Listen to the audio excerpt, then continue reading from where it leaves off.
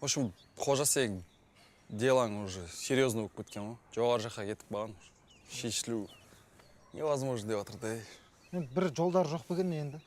По идее, бір жолы бар енді, оны келісесің ба, сен келіспейсің ба? Мектепте қалың келсе істеуің керексің, по-любому. Не айтса енді кейс? В общем, ақ бұзауың сатуың керексің ғой сен. Сатам ғой? Вот сатам, ақшасын кімге беру керек? Жоқ, оның ақшасын біреуге әкеліп беру не обязательно, сен маған берсеші ақ бұзау, дальше мен сөйлесем да. Просто ортада сен жүресің, мен жүрсің, әңгіме болып кетеді. Сұлтан, неғып өтірік айтып жатсың сен? Үйтіп қожаны қорқытпасай? Қожа уайымдама, бәрі жақсы. Сен ешкім мектептен шығарайын деп жатқан жоқ. Білгем ғой, бәсе. Жанар мен жақсы көреді, білдің ғой мен, сен жақсы көрмейді ол. Қожа, Жантас, мен екеуіңе вообще бірдеңе айтқым келіп жүр бұрыннан бері. Мен негізі Сұлтанды ұнатамын. Мені ма? Иә. Қумашы, Жанар, мен сен вообще жақсы көрмеймін негізі. Жынды ма? Ақыры шындықты айтып жатыр ек.